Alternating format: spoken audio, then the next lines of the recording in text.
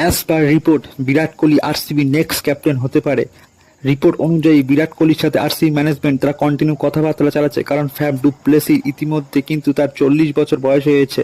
RCB management তারা do প্লেসির সাথে আর continue করতে চায় না, ওই জন্যে বিরাট কোহলির ক্যাপ্টেন্সির দায়িত্ব দিতে চায়।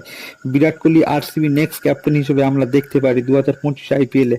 আরসিবির সাথে কিন্তু কন্টিনিউ কথাবার্তা চালাচ্ছে বিরাট কোহলি, কারণ আমরা জানি যে বিরাট কোহলির আন্ডারে কিন্তু ইন্টারন্যাশনাল ক্রিকেটে টি20 ওয়ার্ল্ড কাপ, তারপরে 50 ওভার ওয়ার্ল্ড কাপ, এমনকি অনেক ট্রফি জিতেছে ইন্টারন্যাশনাল, কিন্তু একমাত্র আইপিএলে আরসিবিকে কিন্তু কোনো ট্রফি জেতাতে পারেনি বিরাট কোহলি থাকাকালীন। ওই জন্য বিরাট কোহলির ইচ্ছা যে সে আরসিবিতে যতদিন আছে, আর এই 3 বছর যদি কন্টিনিউ করে, এই 3 বছরের মধ্যে আরসিবিকে সে চ্যাম্পিয়ন করতে চায়। ওই জন্য আরসিবি ম্যানেজমেন্ট বিরাট কোহলির সাথে কথাবার্তা চালাচ্ছে যে নেক্সট ক্যাপ্টেন হিসেবে তারা বিরাট কোহলিকেই দেখতে চায়।